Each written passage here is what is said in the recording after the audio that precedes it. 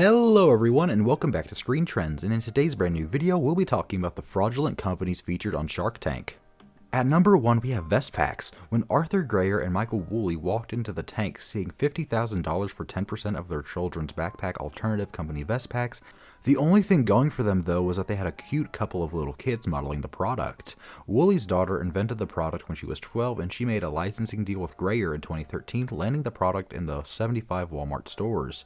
The annual sales of $10,000 were anemic, especially with the context of being in Walmart though. But the Sharks were interested in the story of Woolley's daughter though, who won an entrepreneurship competition and even made it onto Oprah Winfrey's talk show. The catch though is that all this happened in 2003 and Woolley's daughter was now 27. The investors exploded in laughter at that revelation though, and Woolley shouldn't have said anything about that because he's basically lying about his company's success, and this is definitely a fraudulent company. At number 2 we have Rolodoc. Cuban hated the Rolodoc presentation so much that he actually got up and shook the hand of the co-founders, brothers Richard and Albert Amani, just to tell them that they gave the worst Shark Tank pitch ever. They asked for $50,000 for 20% of a social network for doctors and their patients. Cuban felt that the brothers' pitch wasn't for a real service, let alone even a real business, and it was merely a mock-up of an app accompanied by non-stop strings of buzzwords. They didn't know though, however, that they were talking to basically blabbling around people, and almost the entire pitch was completely shut down. At number 3 we have Wake and Bacon. Matty Salin entered the tank in 2011 around the height of the bacon craze in the US. He came to the Sharks looking for $40,000 for 20% of his company, Wake and Bacon, which made a wooden alarm clock that broils bacon set to the time that you wake up. Not only did Salin not know the basics like the cost of the production, but the clock was a potential fire hazard because it was made of wood. On top of that, the Sharks pointed out that the novelty would eventually wear thin for many bacon fans whose rooms developed a permanent aroma of grease.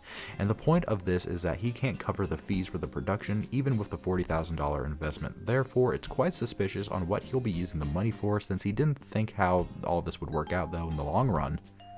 At number 4 we have Tycoon Real Estate. Unfortunately for Tycoon Real Estate founder and CEO Aaron McDaniel, the Sharks not only hated the product idea, but some of them actually hated the entrepreneur behind it. McDaniel pitched his real estate crowdfunding service as a way for average people to invest in real estate. He failed to convince the Sharks that it was a safe model and that someone else actually should be trusted with the money. Mark Cuban yelled that the idea was super scammy, and Barbara Corcoran thought that it was a spooky idea, and O'Leary, who was actually interested in making a deal, asked McDaniel if he had a criminal record. Just to break it to you, he didn't get a deal, but the Sharks were basically calling him overall a fraud.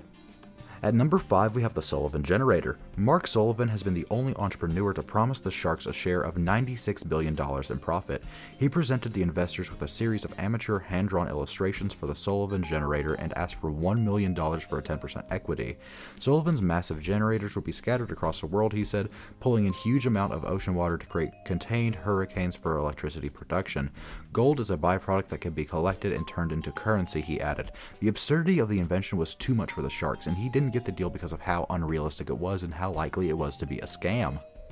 And finally we have technology-enabled clothing. Scott Jordan went into the tank looking for $500,000 for 15% equity in his company, Scott eVest, which makes vests to accommodate for all of your gadgets. He initially impressed the investors with $5 million in sales, and O'Leary offered $1 million for 30%.